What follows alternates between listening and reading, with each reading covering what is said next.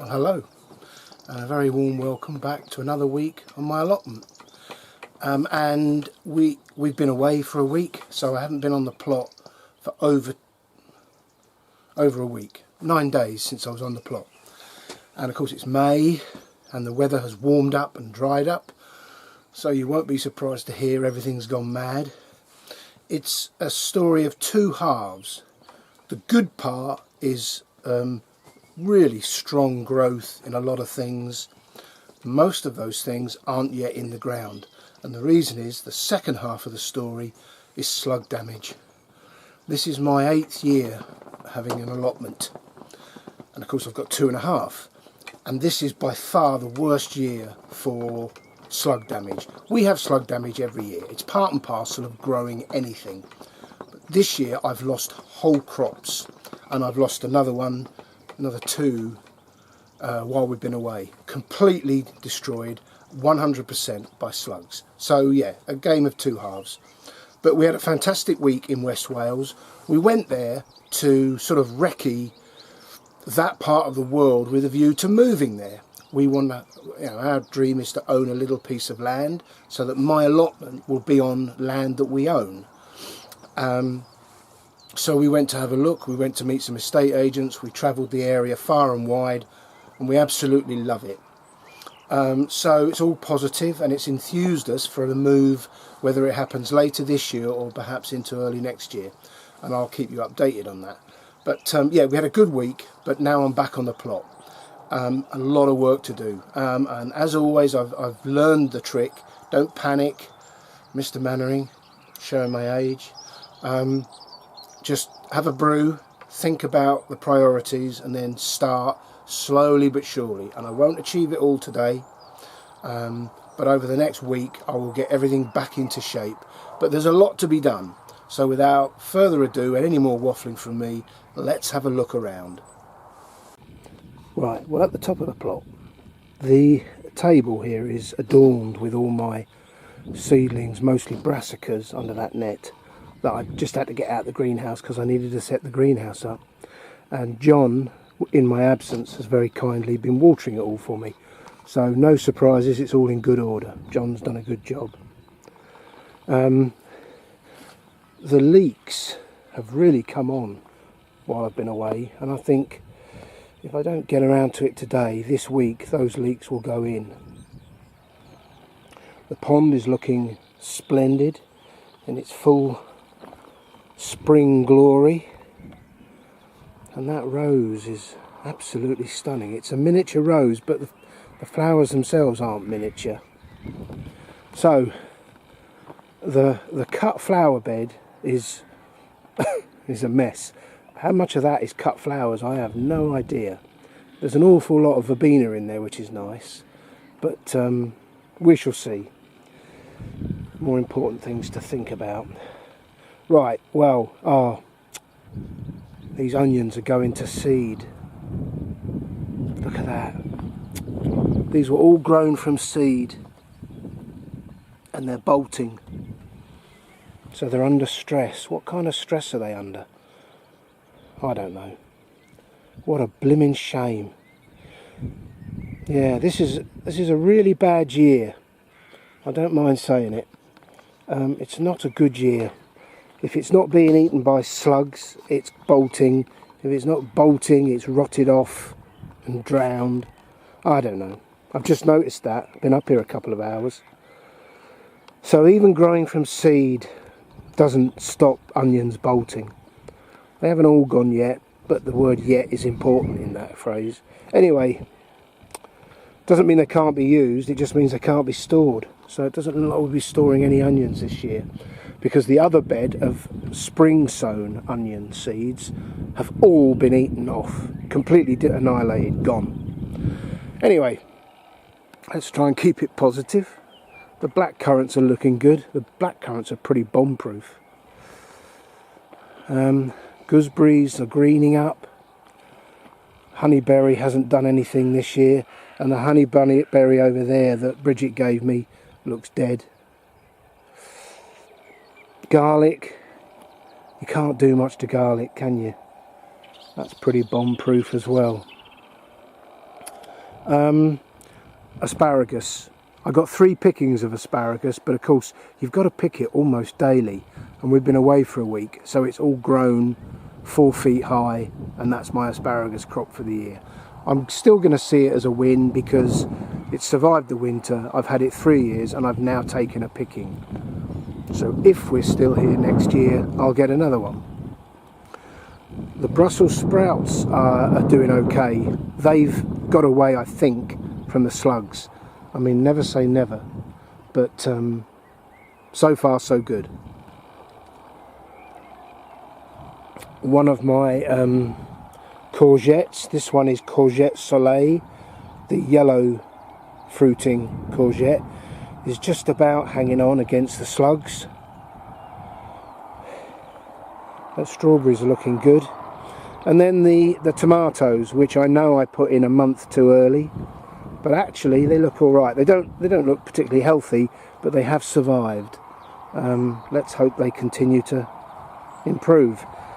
Those peas aren't looking particularly good. There's a lot of slug damage on them, but we'll see. And here's those other onions. These are spring sown onion seeds,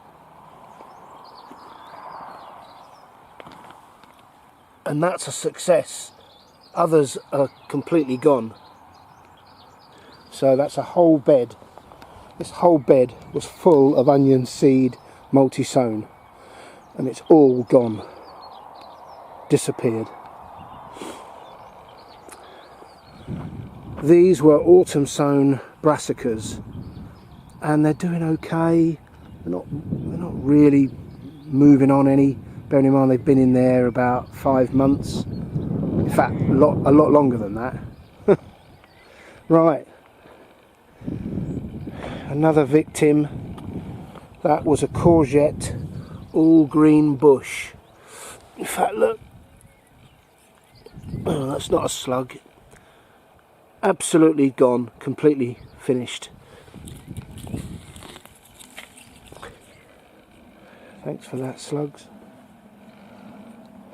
And of course another slug damaged crop, the broad beans. Now there's a pick in there today, so got to stay positive, but again, even the picking the slugs have had, I'm very tempted to just dig it up and just cut my losses. Right, peas. These peas are doing okay, so hopefully they are away from the slugs. They do look healthy, so let's hope it stays that way. Right, the third courgette I put in, Tondo di Plazenzo. Somehow it's managed to survive the week. It's not looking great, but it could look worse. Right, more garlic. Again, that's not particularly looking healthy. It's looking a bit thin and straggly. But what can you do?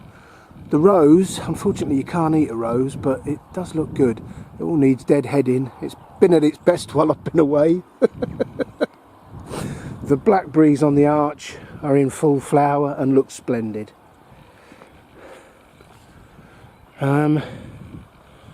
Right, these tomatoes are doing all right. Seem to be surviving. That's the best I can say about any crop, really, is it's surviving. A few of the beetroot have managed to get up and significantly away from the slugs. This bed needs planting up with French beans, and down to the bottom of the plot.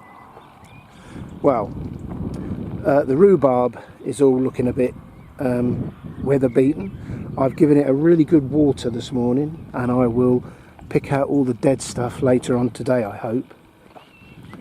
The purple pea, purple magnolia, that's looking good. And then the potatoes, so Charlotte, and then 2 main crops, and you can see this one, these 2 rows are Java, This row was planted 2 feet apart and this row 1 feet apart. They don't need earthing up yet, but it's going to be an interesting experiment.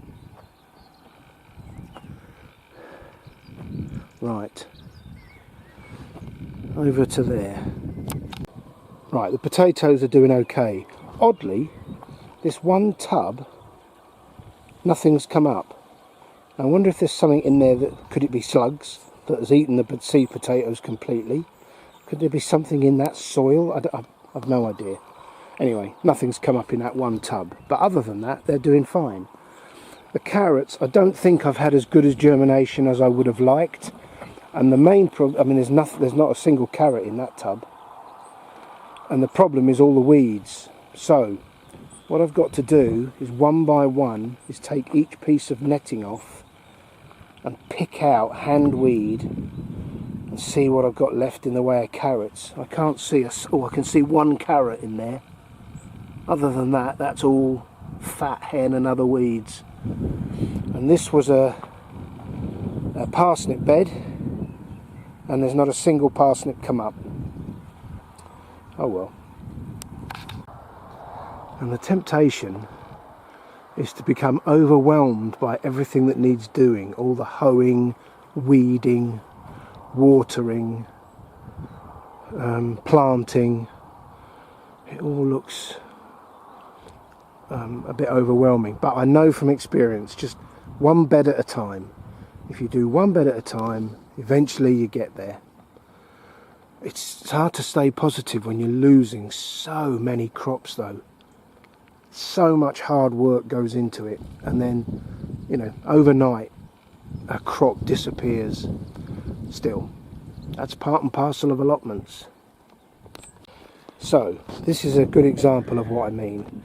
These dwarf French beans were put on top of these 45-gallon oil drums, or whatever drums they are, with wire mesh in these to get over the top of water to get them away from slugs. And the slugs, there's slugs and snails in there somewhere. They found them. You just cannot get away from them. Actually, these ones look all right. These are cobra, so they're climbing beans. But if I put them in the ground, they'd be gone overnight. So quite how long I wait. And these are 2 courgette plants, replacements for the ones I've lost. But again, if I put them in at that size, they'll be gone overnight. So it's a waiting game, and hopefully they'll put on some growth and get a bit stronger. Right, I'm going to pick out each one of these pots and check for slugs.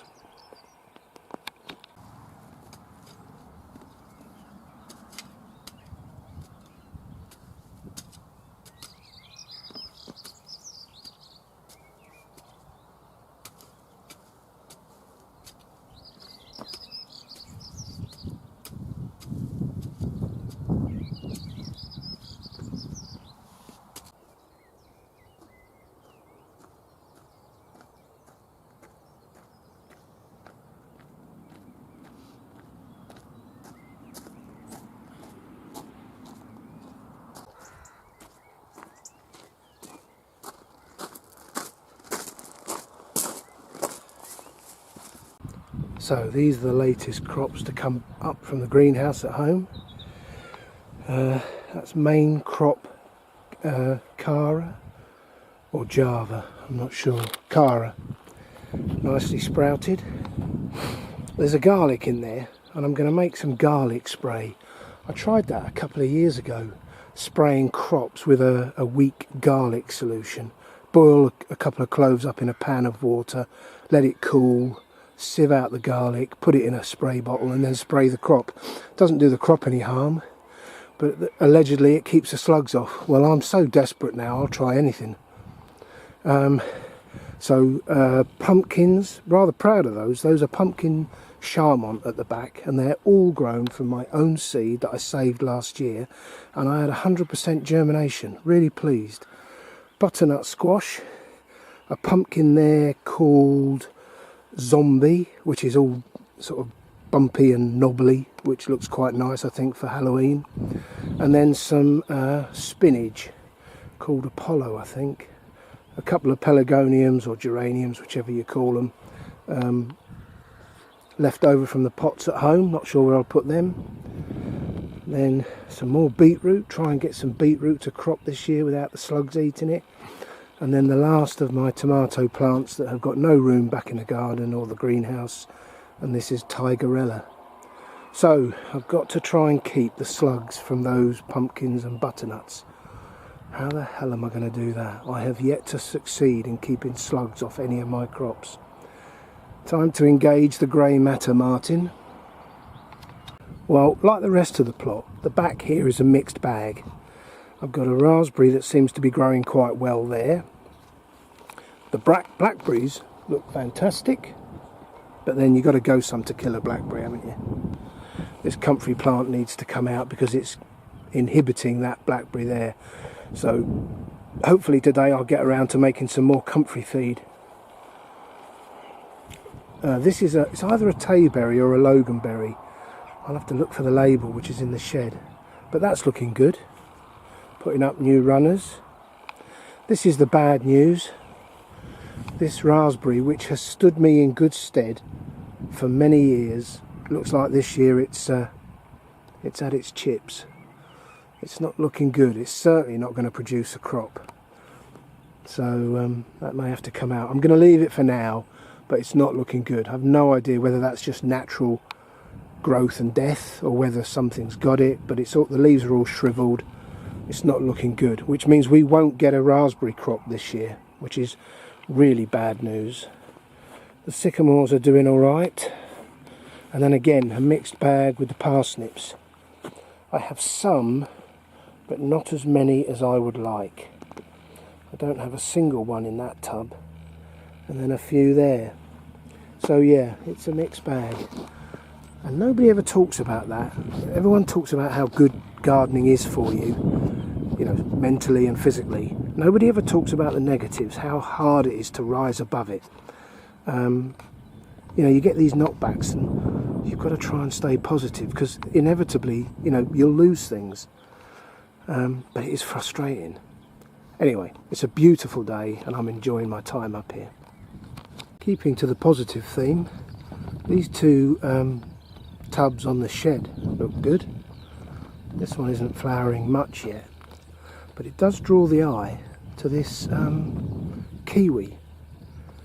I mean, for 3 years it's barely moved, and now, my goodness, it's truly astonishing. Not quite sure where I'm going to train all that, but that's good to see. I mean, still no hint of a kiwi fruit on it, but I mean, you know, good growth like that is positive. And this cold frame is full of climbing French beans and more brassicas. God knows where I'm going to put all these brassicas.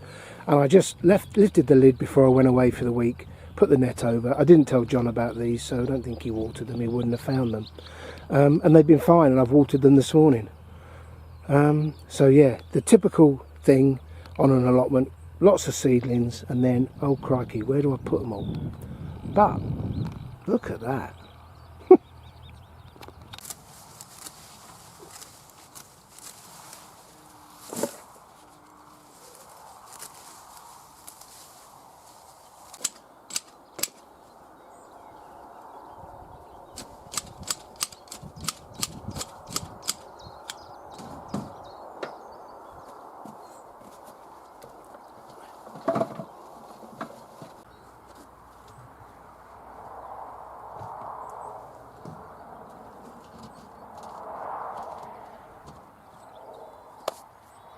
Well, for those who've been around a while, you will know that this is a cherry tree that Terry gave me. It was in a tub, and I planted it in the ground, and I fashioned it into a fan-trained cherry of a sort in my own little way.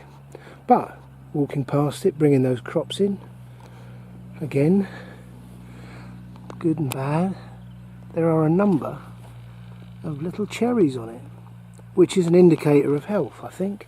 It couldn't look better. Now, I'm not so naive to think that I'll get to eat those cherries.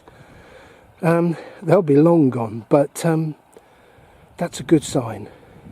I'm not really growing it for the crop.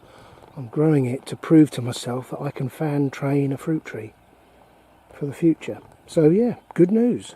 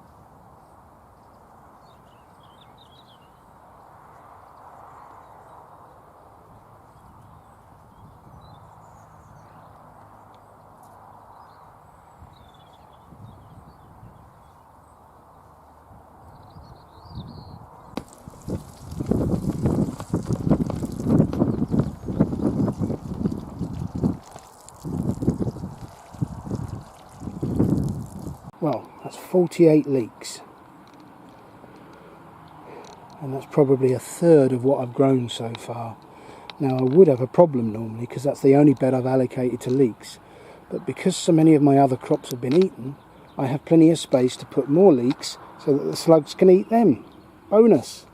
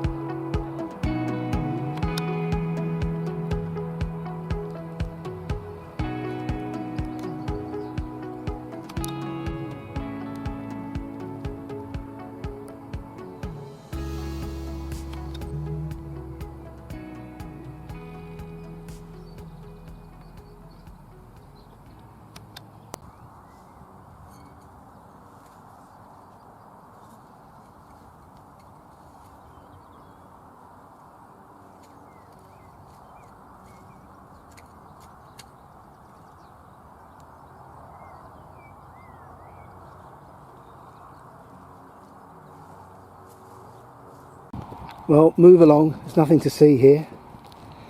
But that's my main crop Cara potatoes, 3 rows in, for better or for worse. Oh, I need to water that rhubarb now that I've picked all the dead matter out.